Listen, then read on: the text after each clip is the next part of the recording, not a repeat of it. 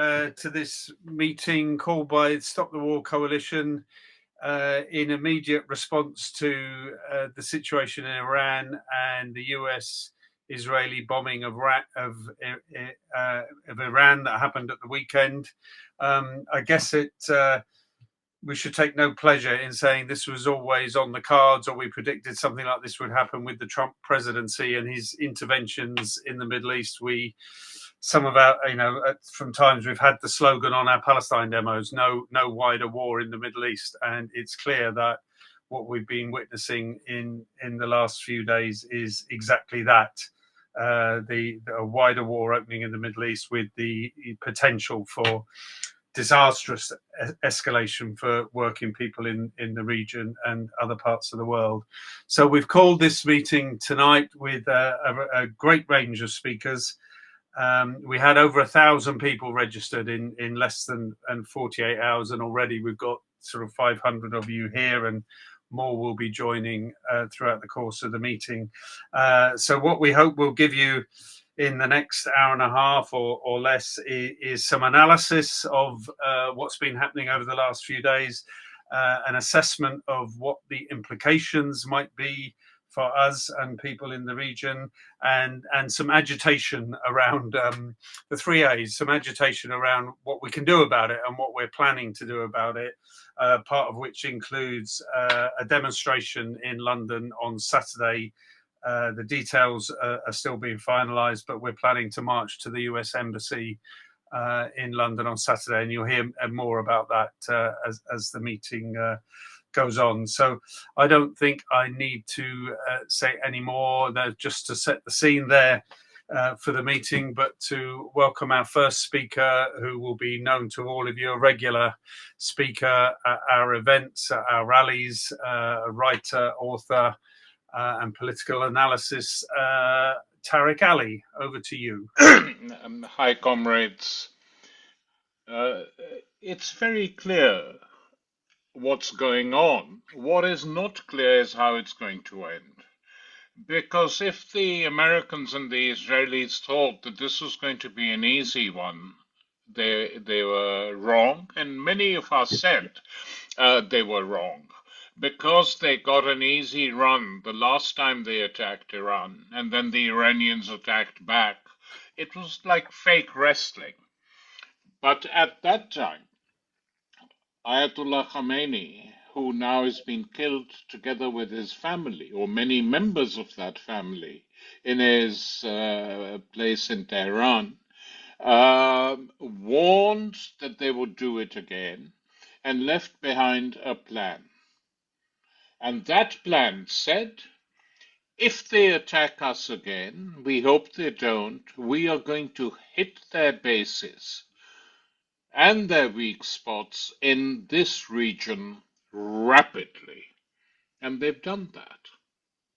And they've done it very effectively. And Trump was not looking his usual ebullient, bullshitting self today. He was looking quite shaken. So the Iranians have fought back, and this is something they're not used to. They think that it can't be done. And when they started on Gaza, a relentless genocide, and obviously the Palestinians did not have any weaponry to deal with them because they're not a state. They thought it would be easy. So having destroyed large parts of Gaza, having killed tens and tens of thousands of women, children, elderly men, and men, in Gaza, they thought they could repeat that in Iran. And their first target was a girls' school, where the figures are over 100 young girls died. So the Iranians responded. They hit them. They have knocked out important parts of Tel Aviv. One of their drones actually hit Netanyahu's office. He wasn't in it. Where was he? We don't know. I mean, the story is according to reports which the Israelis themselves have leaked, that the only country that could give him refuge is Germany. That the Greeks and the Cypriots refused. And so it would be ironic, but not totally inappropriate, if he's in a shelter, in a bunker in Berlin. But let's carry on. I mean, what is likely to happen? I mean, what is happening already is dramatic. The Cypriots have asked Britain to get a grip on themselves as far as the base which was used by Britain to help the genocide. They've said we are not going to tolerate this. We'll see how they carry that out. A former British ambassador has said that Britain is asking for it and is making itself and its people vulnerable to an attack by Iran because of the way they've acted. Lots of other people, people not on the left, having nothing to do with the anti war movement at all, are saying exactly the same thing. The Pentagon said Iran posed no threat. And we now have this crazy Orwellian Alice in Wonderland language where the British leaders, so called, hopefully not for too long, are saying with that our the help we are giving is limited and it's defensive help. What is defensive action like this when the country that is really in need of it and is doing it is Iran and the Iranian state? They're the ones who are basically defending themselves. To pretend that Iran attacked them, as some American politicians have done when they were asked by their press not so long ago, how can you call it a preemptive attack when you weren't attacked? They said no, but we knew if we attacked them, they would respond. It's in that sense that it's preemptive. I mean, you think you're dealing with people who've completely lost it. And these are the people who are running the world at the moment. So, in my opinion, this is going to go on for some time. Those who are bravely, I mean, Starmer said, you don't do regime change from the sky. What is the implication of that remark? That you do it with troops on the ground? They tried that in Iraq, and the US Embassy was burning the whole of yesterday as crowds in Baghdad pierced the green zone and set it on fire. That's been, great result from that particular occupation. So what we are witnessing is a very dangerous situation in the Middle East. The only country in the region itself with nukes is Israel, and I don't want to be alarmist, but they are capable of using them if they think they're going under.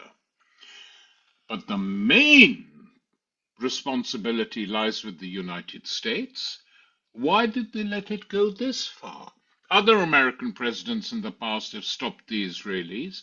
Biden and Trump let it reach this stage. It's not Trump alone. Biden could have acted, stopped them.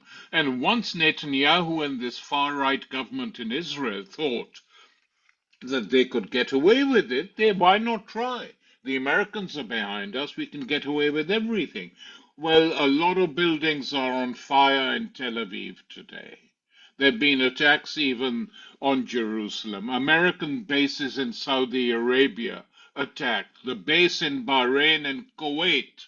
Remember Kuwait? Both totally destroyed according to Chinese satellite surveillance. And a revolution, an uprising is taking place in Bahrain even as we speak. And the Americans are asking the Saudis to send troops in to crush the uprising. The Saudis were hit themselves. The big American base in Saudi Arabia was hit. Then they were hit in the sense of some of their oil wells were hit. And the Iranians immediately contacted the Saudis and said, we are not responsible for that. We're not targeting the Arab states. We are targeting US bases. So whoever hit your oil areas and oil tanks is not us. And today the Saudis and the Qataris have announced they've captured Mossad agents both in Saudi Arabia and in Qatar, and they say that they were given instructions to start throwing random bombs in their countries. So we can see what's going on, and a totally reckless Israel, backed by an equally reckless United States, thought that they could now take everything and get things their own way, and that is not happening. It's not good what is happening because the Iranian population is being attacked, people being killed, places being blown up. All these things are horrific. What they've been doing to the Gaza. It is very much linked to the genocide in Gaza. Having got away with that, they think, why not take Iran while we've got a chance to do so? Well, this has backfired, and this is going to and is having an effect as gas prices and oil prices rise astronomically in the whole of Europe. That is what is basically going on. And I mean, irony of ironies, the European Union today appeals to the Ukrainians and says, would you consider allowing oil through Russian pipelines from Russia to get to us? That is the scale of the crisis that it has created on the globe. Just two brief points. One, solidarity actions have begun in places which were very low key at the height of the genocide. In India, huge demonstrations in different towns in Kolkata, in Chennai, in Kerala, and in Delhi. And in Delhi, they have an Israeli embassy to march to. In neighboring Pakistan, there were big demonstrations outside the American consulate 2 days ago, and yesterday another crowd tried to get in, and US Marines guarding the consulate shot 10 Pakistani citizens dead. That has created a huge storm in the country. Today there was an incredibly big demonstration in Lahore, Pakistan's second largest city, with crowds demanding vengeance for Khamenei's death. In Lucknow, predominantly Muslim city, every single Muslim group, secular, religious, was out on the streets. 500,000 people were marching in Lucknow. So every time they do this now, hostility to the United States grows and grows and grows. And Modi is now under big attack from the opposition parties in India, saying you didn't even have the decency to condole with Khamenei's family and Iran for the death of Khomeini? What is India coming to? Why didn't you do that? We have relations with Iran going back thousands of years. Why did you behave like this? So that is the mood. Apart from in the Western countries, where here obviously there's opposition. No one, a very tiny number of people support going to war in Britain, similarly in Australia. And the United States, the last figures I saw were that 20% supported the war. This means that both internally and externally, in the imperialist countries or the followers of the United States in the West, there's opposition to the war, an inbuilt opposition to the war. The three Scandinavian countries have said they won't have anything to do with the war. The right wing government in Italy has today declared that they are thinking of breaking off all diplomatic and trade relations with Israel. The Spanish government has been to the forefront and said no American planes will take off from Spain. So it's not that the one or two governments in Europe are not on the right side on this matter, but the overwhelming majority of European citizens uh, are against this. And that is positive. It's never happened on this scale before, as those of us who have been active in anti-war movements for years or decades, in my case, we know that this is the largest anti-war solidarity movement and on a global scale that we are seeing. And we, as I always say, we have to just carry on. I mean, what else can we do? Mhm. We don't use violence, we don't use force, even though they accuse us of it and try and punish a group of people, Palestine Action people, who are trying to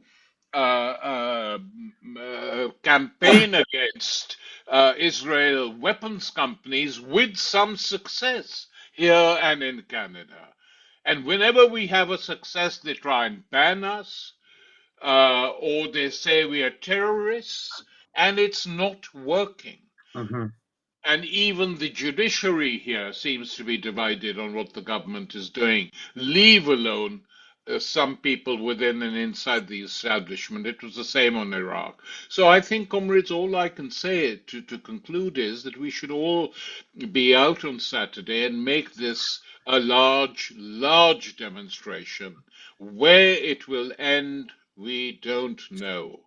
But Mhm. if nuclear weapons are used by Israel, there will be a response within the region. The Pakistanis have already told the Saudi Arabian government permanently that they will be ready and waiting if Israel nukes any Arab country. Thank you very much. Lots of thumbs up and applauses as you were speaking there, Tariq. Thank you for that. Those opening remarks. Useful reminder that public opinion is there to be won. It's not settled on this question, and that the more we do, the more we can influence public opinion and put pressure on our politicians. And also a reminder of how this war already comes home with talk in the news today about rocketing fuel prices and energy prices. So thanks for those opening comments. We're going to go straight to our next speaker. It was going to be Jeremy Corbyn, but I think he's dropped out to go to another meeting, and I hope we'll be able to join us again soon. So our next speaker, we're really delighted that you're able to join us, is Trita Parsi, who is an Iranian author living in Sweden, I believe, and vice president for the Quincy Institute for Responsible Statecraft and founder of the National Iranian American Council. I hope I've got that right, Trita, but put us right if I've got some of that wrong. But you're really welcome. We really look forward to hearing from you. Thank you so much, Alex. I'm delighted to be with all of you guys, and really thankful for all the amazing work that you all have done. I know that the peace movement in the United States oftentimes looks towards the UK, particularly in the beginning of the Iraq War, the crucial role that the anti-war movement in the United Kingdom played in inspiring everyone over here. The only thing you got wrong is I live in the United States. I've been living here for the last almost 30 years. I wanted to share with you all a bit of analysis of what is taking place in the war and where things are going and where it may be able to end and why it's going to be rather difficult to end it. If you take a look at how the administration has been trying to justify their position, explain their objectives, it is absolutely a hot mess. And the reason for this is, I believe, they really were sold a completely false belief that within 48 hours, they would be able to cause the implosion of the theocracy in Iran. They thought that after the tactical success of taking out the supreme leader, the theocracy would fall, that by Sunday evening, Trump would have had some sort of a capitulation from Tehran. By Monday morning, when the markets open, which is, of course, very important for Trump, he would have been able to have declared victory, and it would have been similar to Venezuela, just slightly longer. Clearly, that is not the way things are playing out. And what we're now seeing is that Trump did not have a plan B. His plan A met reality and within 2 or 3 days collapsed. And you are seeing a scenario in which the Iranians actually have been in greater control, not in the sense that they're winning the war, but in greater control of defining the geography, the length, and the scope of this war. Their strategy has been to target GCC states who have US bases as well as other targets in the region. And for them, it is existential. And the calculation here is that they cannot afford to just strike back a little bit and then potentially accept a ceasefire, because all that does is that it puts Iran into the position of being the lawn that the US and Israel mows every 6 or so months. Meaning that if they agree to a premature ceasefire from their standpoint, they will only end up getting bombed again in a couple of months. That clearly has been the pattern so far. So how do they break it? Well, their strategy appears to be that they're going to try to make this war as costly as possible. Everyone, not just the regional state. I think they're looking to go beyond that as well. We saw that they targeted British bases in Cyprus that have played a key role in the genocide in Gaza, and apparently also played some role in the attacks on Iran. Make it as costly as possible for everyone, in order to make sure that when this war ends, everyone will have drawn the conclusion that this was a dumb idea, it was too costly. And as a result, it would also be a very dumb idea to restart the war, meaning that the only way that this could be a durable ceasefire is if it is absolutely clear for everyone that it does not make sense to restart this war. Otherwise, the US and Israel will only use the time to regroup, remobilize, and then relaunch the war. Now, Trump's reaction to realizing that his plan A didn't work and that he's no longer in control is to throw everything at the Iranians. Now, suddenly, we're talking about arming Kurdish groups, separatist groups, and other armed groups inside the country in order to be able to achieve the submission and the surrender of the Iranians. They've opened the doors for using ground troops from the United States as well, and so have the Israelis. That, in my view, is a clear sign that they're losing control over what actually is happening.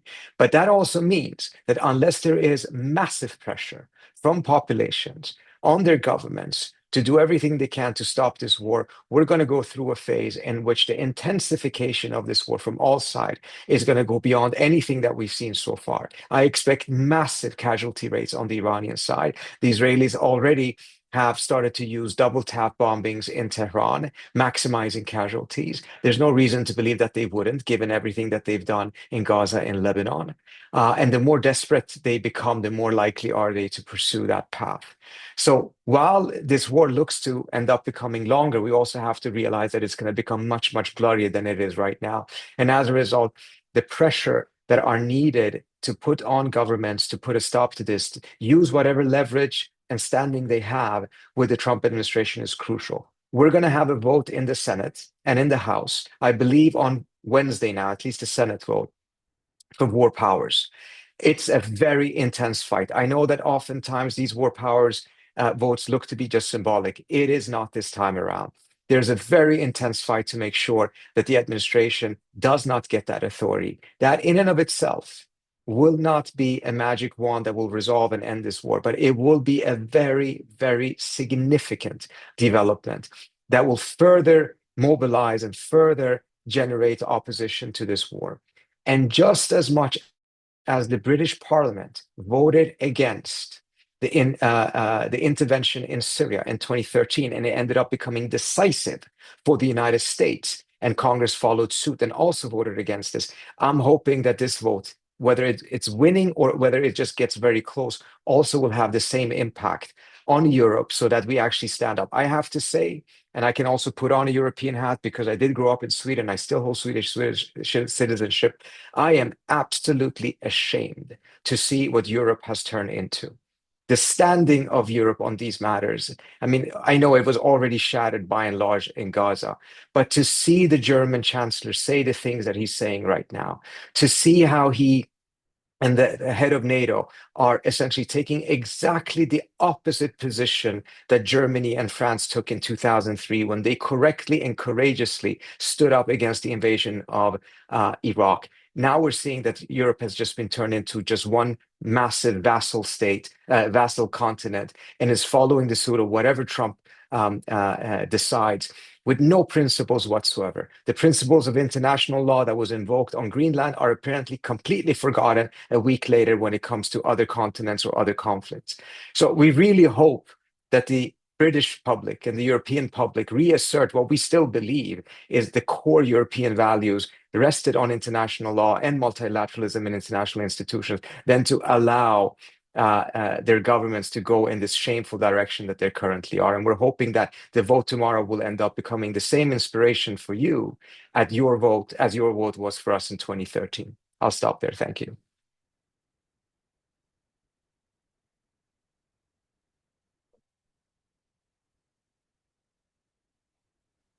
I was muted. So thank you very much, Trita, for that insightful analysis, as foreboding as it may have sounded at times, and also the up-to-date information of how the debate and things are happening over in the States. I don't know if you were in when we started the meeting, but we are planning a demonstration in London to the US Embassy in London on Saturday, where for everyone here who can join it, we're just finalising the details, but we'll be assembling somewhere near Westminster and marching to a rally outside the US Embassy, which we think is the right place to be going to on this occasion. So thank you for joining us and for your comments, and you're welcome to stay and hear our other speakers. Our next speaker is a trade union leader, Maryam Eslamdoust. I think Maryam was instrumental in getting a very good letter signed by general secretaries of all the major unions, most of the major unions in this country, which has led to a very good TUC General Council statement. And Maryam, I know you've got family in Tehran that you're sporadically hearing from, so our thoughts are with you and your family, and our solidarity to your family in what must be very difficult times. So you're very welcome, and we look forward to hearing from you. Thank you, Alex. I'm speaking to you today, to you all, not just in my role as a British trade union leader and an anti-war activist, but more particularly today as an Iranian who is grieving for my homeland. Most Iranians are in a state of shock. We are completely stunned by what is being done to Iran. I know it's easy to see images of the Middle East and think that the whole region is in constant state of war and every city is a battleground, but it really isn't like that.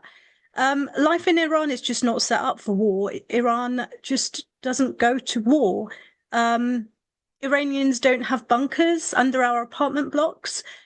We don't know what you're supposed to do when the largest militaries in the world start carpet bombing whole neighborhoods of our capital. And most of all, our hearts can't conceive what you're supposed to do when the US and Israel kill over 150 little schoolgirls by bombing their primary school on the first morning of the school week. So thank you for being here. Thank you for caring enough to listen, to refuse to be swept along by the tide of outrage and propaganda that so often substitutes for the truth, because what we're witnessing today is not simply another conflict in a distant land. It's the devastating consequence of years, of decades of deliberate dehumanization and sabotage, diplomacy, and of the calculated manufacturing of consent for war. For more than 4 decades now, since the 1979 revolution that overthrew the Shah, Iran has been subjected to relentless demonization. I've read academic articles in which academics express shock that Iran could stage such a sophisticated revolution, shock as though a non-Western nation could not possibly organize, mobilize with political sophistication. There is a deeply racist undertone embedded in this discourse. The idea that Iran must be an irrational, medieval, incapable of strategic thinking. This has been cultivated carefully and rather deliberately. This demonization has been systematic, it's been focused, it's been repeated until it feels like common sense. This is how consent for war is manufactured. The Trump administration deliberately collapsed avenues of negotiations this week with Iran, rejecting diplomatic engagement, which simultaneously escalated in military pressure in ways that hardened regional antagonisms rather than fostering peace. Long before this conflict erupted, diplomacy had been undermined. The first casualties of this war were not just soldiers, as I've said, they were children.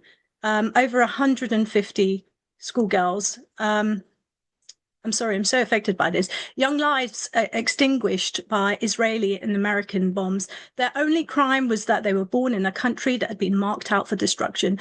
There is no political grievance that can make that acceptable. Too often, statements, and Alexis kindly referred to the statement that trade unions organised, and that wasn't caveated, but there are some statements going around that feel compelled to caveat, but the Iranian regime X, Y, and Z, this is not principled opposition. This is sort of what I'd call as narrative management. Yes, the Iranian government has made controversial decisions. Yes, political dissent has been crushed, but there is a time to litigate them. It's not the business of anyone to use the massacre of Iranian schoolgirls as an opportunity to rehearse every criticism of Tehran. There is a time and place to address those grievances. There is never a time to justify collective punishment. And let's just be frank about the nuclear question. The drumbeat we've heard for more than 20 years now, that the International Atomic Energy Agency, the United Nations nuclear watchdog, has repeatedly reported that Iran doesn't have active nuclear weapons program. Iran has consistently stated that it doesn't want a nuclear program, that any nuclear development was intended for energy purposes, particularly as oil reserves diminish. Ali Khamenei, the Iranian supreme leader who was assassinated alongside his family this weekend, had actually issued a fatwa forbidding the development and use of nuclear weapons. So whatever anyone thinks of his politics, that religious prohibition existed. He's now been killed, and in that power vacuum, there is no guarantee that such prohibition will endure. Those who claim that preventing nuclear proliferation may in fact have made it more likely. Look, there's the Israeli and American, they're striking nuclear facilities right now, and that is so dangerous. The radiation leaks, destabilization that will not respect borders, that's all now a huge risk. It's reckless behavior from nuclear armed states that themselves possess vast arsenals, have only openly threatened Iran. So why is Iran being attacked? Iran is one of the few countries in the region that's prepared to openly defend Palestine and to resist Israeli expansion into Lebanon and Syria. Israel is a state of around 10 million people. It views Iran, a nation of roughly 90 million, as the only regional power capable of standing up to its military dominance. It can't defeat Iran alone. It relies on the United States to fight its battles. For decades now, Israel has insisted that Iran has been on the verge of acquiring nuclear weapons, and it's been shaping public opinions and isolating Iran internationally. As for the UK, there's been commentary suggesting that Keir Starmer has resisted involving Britain in this war. That is just not true. His language, when interviewed, is cautious, it's clipped, but reality is very different. The UK might not be flying the first wave of offensive strikes, but Britain has authorised its use of bases by American forces. British aircrafts are operating in the region, and British assets are intercepting missiles and coordinating militarily with the United States and Israel. This is involvement. Look, we shouldn't deny that. And I mean, what's more, look, British forces are very much embedded in this operation, and it's a shame because British taxpayers fund the logistics of this escalation. We are engaged, and this engagement has not been put into a full democratic mandate. We're told that there is no money for the NHS, no money for schools, no money for transport infrastructure, yet billions are readily available for war under the banner of defence. That is a political choice.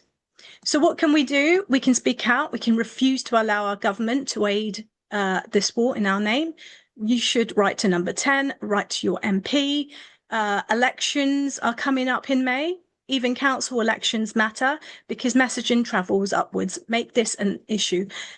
Support Stop the War, support trade union statements that clearly oppose the illegality of this conflict without caveat. Educate yourselves about Iran and just refuse to accept the idea that children's lives are geopolitically negotiable. This war didn't need to happen.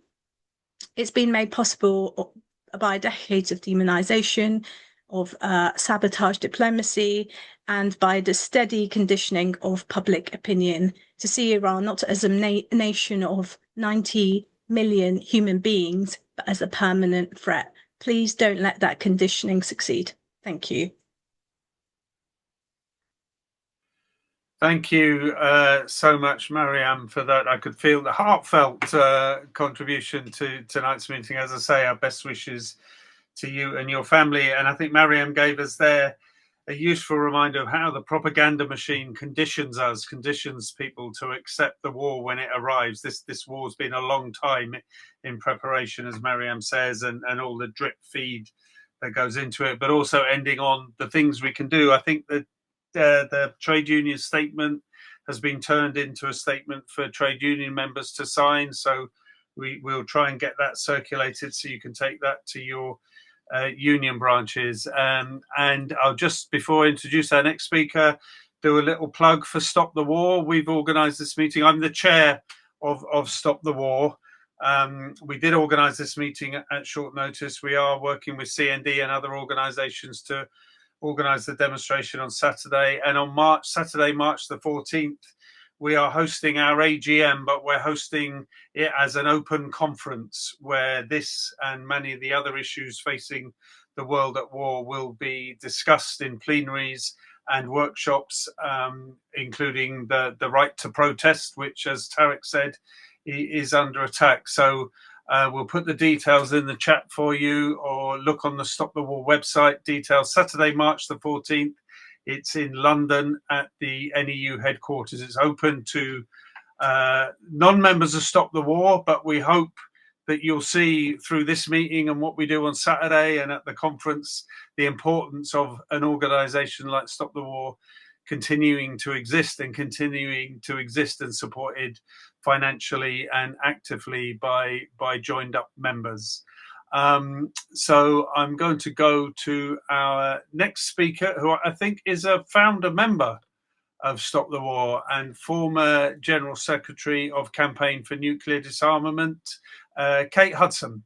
Welcome, Kate. Thanks very much indeed, Alex, and good to see everyone here this evening. Yesterday, US Secretary of State Hegseth said, "We didn't start this war, but under President Trump, we're finishing it." And the war he was referring to was what he calls a 47-year-old savage one-sided war by Iran against America.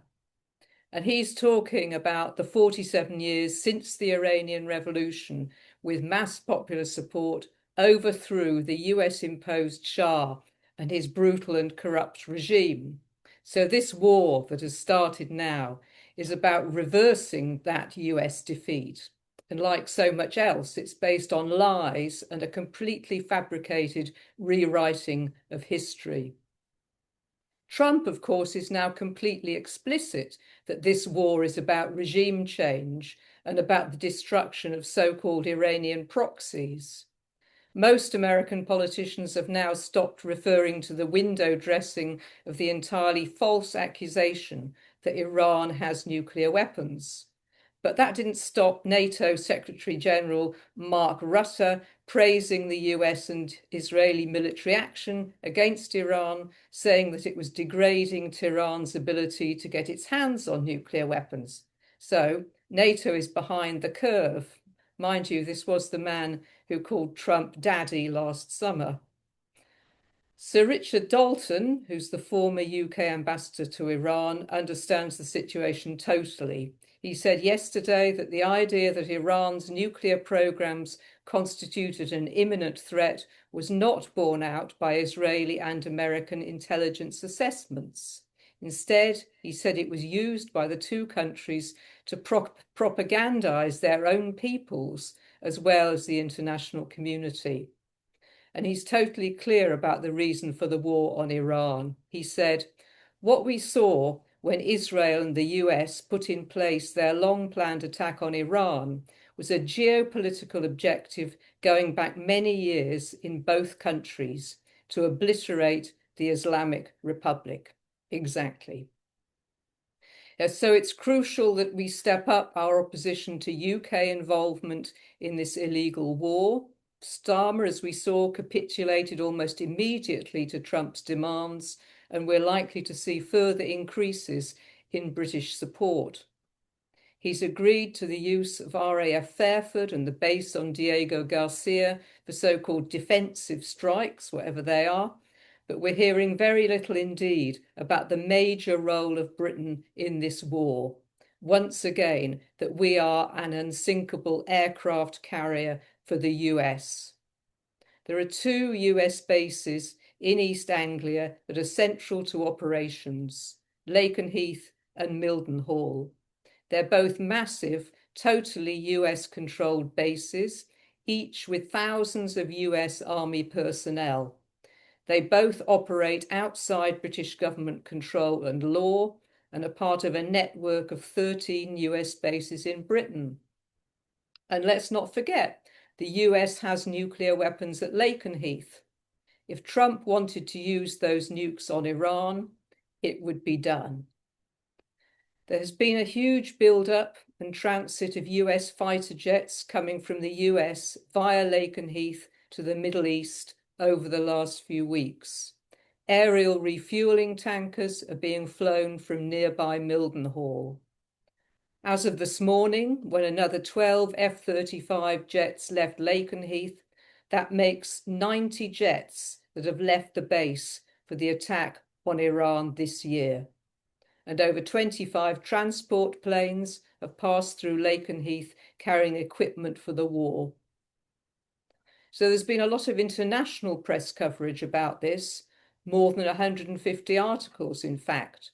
Last week, the Times of Israel reported US fighter jets have flown from RAF Lakenheath in southeast England to a military base in southern Israel, accompanied by refueling tankers and cargo flights to the region. So they know, but it has largely been ignored by the UK media, with the honourable exception of Declassified UK, which has actually done really great work in raising this issue and exposing it. The other so-called British base in the news is the colonial relic in Cyprus, RAF Akrotiri. It's a total disgrace that part of a sovereign country is under British military rule, and now that is likely to be challenged. The Cypriot government has made a formal diplomatic complaint. They're blaming the UK government's actions for leading to that drone attack on Akrotiri, which forced local people to flee and is putting Cypriot lives at risk.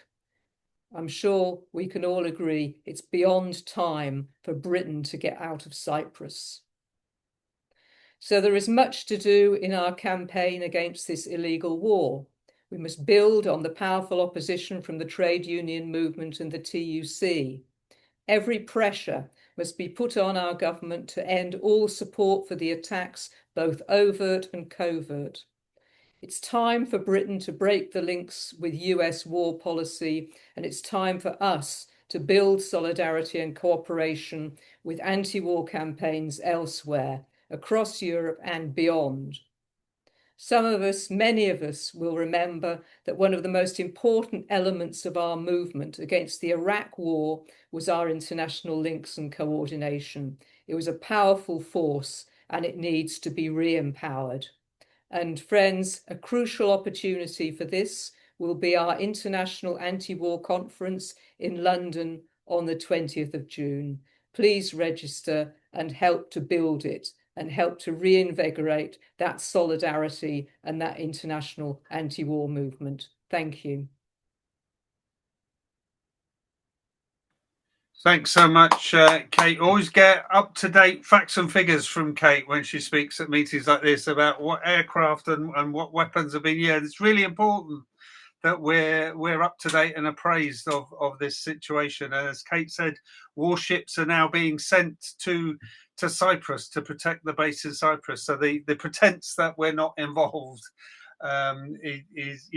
doesn't wash at all. And as Kate mentioned there, Saturday, June the 20th, the International Peace Conference being held in London. It follows a really successful one in Paris late last year, and we already know that there are hundreds of delegates coming over from France and other countries for it. So we want to make sure the English contingent is up to scratch. So do look out for details of that on our website and at our AGM.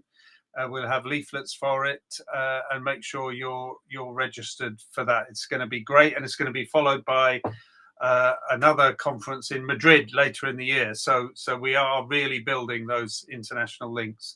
It looks like Jeremy is still away in another meeting. If he joins us, we will get him to speak if he joins us before we close the meeting, but he had to rush away to another meeting, but we hope he might be able to come.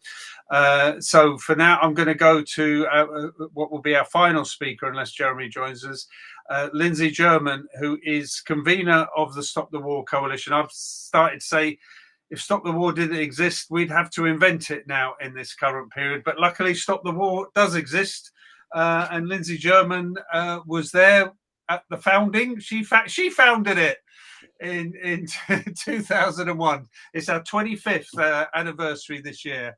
And Lindsay is convener of Stop the War. So we'll look forward to hearing your analysis of the situation, Lindsay.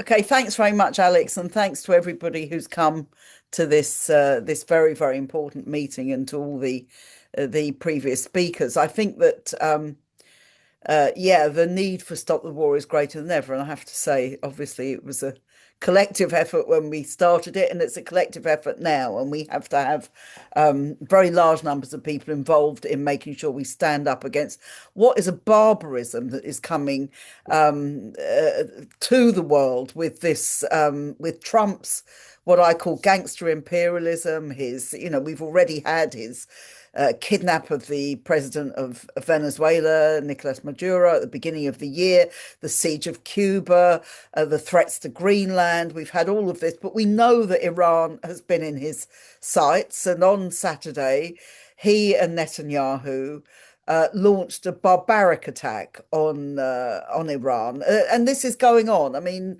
if you look at what is happening in Tehran, it says people are fleeing Tehran, and they're fleeing Tehran because there are so many bombs falling, and this is part of an effort which they claim is that they care about the Iranian people, they care about protesters, which might be news to people in Minneapolis and elsewhere in the United States, that this is what they're doing it for. They couldn't give a damn about the Iranian people. In fact, many of them want to restore the monarchy, the Pahlavi dynasty, which was so hated that it was overthrown by the revolution in 1979. And we have to say that this is only going to bring misery to the people of Iran. We've already seen the assassination of Ali Khamenei, who died on Saturday in his compound.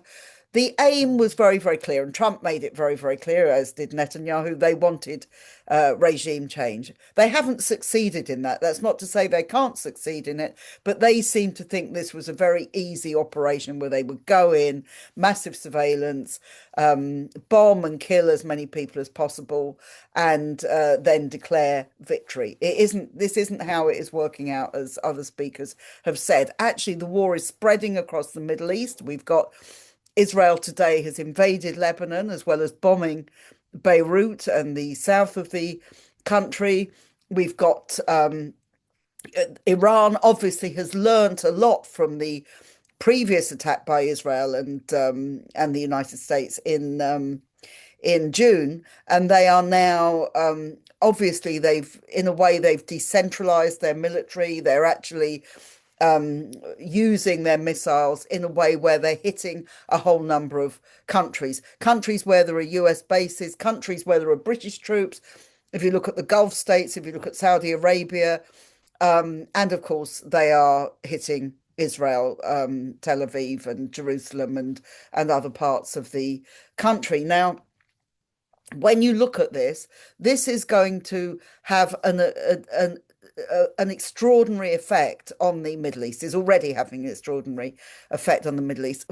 We've already had 2.5 years of Gaza, and we shouldn't think for a moment that this barbarism would be possible without the genocide that they'd already carried out in Gaza over the last 2.5 years. We quite rightly mourn the children, the young girls that died in the attack on the school at the weekend, but we know this is a pattern which has been repeated time and time again in Gaza. Again, we've seen the bombing of hospitals in Iran. These are things which they've honed in the last 2.5 years as part of their idea to build a much greater Israel and to destroy Iran and any of its allies in the process. And the problem that they have is this is not only meeting resistance, as Tariq explained, in countries around the world, but also within the Middle East, in Bahrain in particular, but also in other parts of the world. But it's also causing huge economic damage in the Gulf.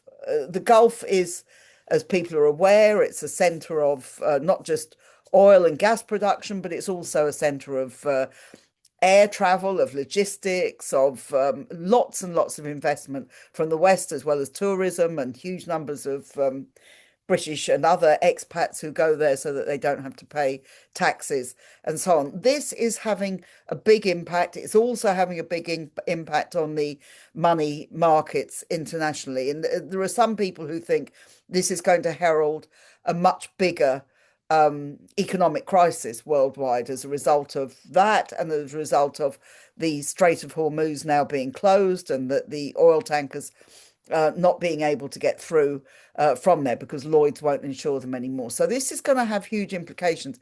Already, people are saying the cost of energy in Europe and America and elsewhere is going to shoot up. Yet again, the people who will suffer will be the people of this country, working class people who already pay through the nose, who are already suffering from inflation, who are already suffering from the cost of living crisis. This is only going to get worse. Now, Keir Starmer is in a very strange position for him, because he did say initially that he wasn't going to allow the use of Fairford base in Gloucestershire and the base in the Chagos Islands. But of course, on Sunday, he reversed that position and said he would allow the US to use them for part of this attack. The reason he didn't want to do it is because he knows, and everybody who looks at this knows, that this is a completely illegal and unjustified attack. It's not a defensive attack at all. It is an offensive and vicious attack, covered by the fact that they say this is about not having nuclear weapons, even though the United States is the only country ever that has used nuclear weapons, as it did with Hiroshima and Nagasaki in 1945, and even though Israel is the only state in the Middle East that also does have nuclear weapons. So Starmer was very worried about this. The fact that he's now given in, of course, as usual with Trump, does him no good at all. Trump said today that it's a great shame that Starmer isn't more like Winston Churchill. And this is part of his. And Trump has also been talking directly to the Daily Telegraph and the Sun, attacking the Labour government because he really wants a reform government in this country, and that is part of it. But also, he was forced to say that we have to learn the lessons of Iraq. And one of the things we should remember when we're campaigning over this is that every single thing we said about intervention in Afghanistan, in Iraq, in Libya, everywhere that we talked about, actually we were proved right. And all the people who said this will be a simple regime change, even if you thought it was justified that people are killed and assassinated in order to achieve that aim, even if you began to think that was right, the truth is it simply has never, ever happened. And all that they have brought to those countries is death, destruction, civil war, absolute misery for the bulk of the populations, including the women and girls who are so fated as the people that they really care about. So we have to say about Starmer that Britain is still deeply involved in this war, even though it won't take a frontline position on it. It's too scared that it will be declared an illegal war. And I think it's frightened because of the impact that our Gaza movement has had, our Palestine movement has had over these kind of things. But we need to insist that Starmer really breaks with Trump and everything that he is doing, and that has to be a major part of what we campaign round. And we also have to say that it's not up to imperialism to decide which country is ruled by a particular ruler who's favourable to imperialism. It's up to the people of that country themselves. And whatever difficulties,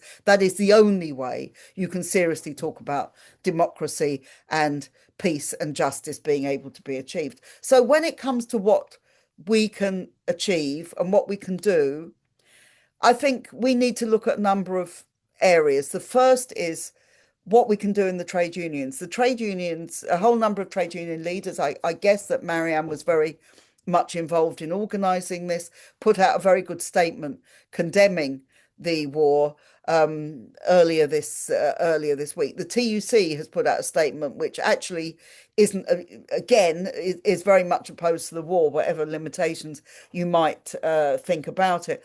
I think that is a credit both to the individuals who did it, but also to our campaigning, firstly over Palestine and the awareness of what has been going on, but also at the TUC last year, where we actually got a position of wages, not weapons. And that was, that we don't want money spent on arms and the military. We do want it spent on health and education and all the other things that people need in this country. So let's do the work in the trade unions to make sure in every branch we get support for opposing this war, for the peace conference that Kate talked about, and for Stop the War and all the movements that are going on about it. People have talked about Stop the War. Please build Stop the War. Please join. But also, if you can be part of a group, if you can be part of a trade union organisation, there's never been a more important time for us to join and to do this. There's a demonstration on Saturday. There are many local demonstrations. There's demonstrations tonight. There's been demonstrations all weekend. And I'm sure there'll be many, many more next week as well in places where there hasn't been an anti-war demonstration for some time. So let's build those as well. And finally, the peace conference, just to reiterate what Kate said, it is so important. This is the prospect facing us in the United States, in Iran, in Pakistan and India, in Britain, in all these places. The prospect facing us is really the prospect of barbarism from Trump and his imperialist allies, or it is the chance to reject that and to build a world based on peace and justice. And therefore, building that conference on the 20th of June, making sure that we get the links with people in Europe and beyond, has to be a crucial part of what we do. So thanks very much for coming. And please, let's get organised and let's make sure that our voices are heard in opposition to what they are doing to Iran. Thanks very much for that, Lindsay. And I just want to echo Lindsay's points. Every little bit that we do in this period, in the immediate aftermath of this war starting, will have an effect and has an impact. Nothing's too big or small. And I was remembering with someone today that although we remember the 2 million march against the war in Iraq, that didn't come out of nowhere. That wasn't the first march we held. It wasn't the first event we held. That came out of months of patient building where we started from a much smaller base. So we may be starting from a small base. We don't know. We haven't tested it, but we can grow, and we have to use all those arguments you've heard tonight in growing this movement against Trump's barbaric wars. We did have some questions emailed in ahead of the meeting. I think, looking at the questions, I think the speakers have pretty much answered most of them. There were a few that were a bit rhetorical or statements with a "would you agree?" And I think they've been answered as well. So I think that the speakers have answered the questions that we came in. So I want to finish by thanking all our speakers tonight, but I want to give you 5 dates. Get your pen and a pad, and I'm going to give you 5 important dates that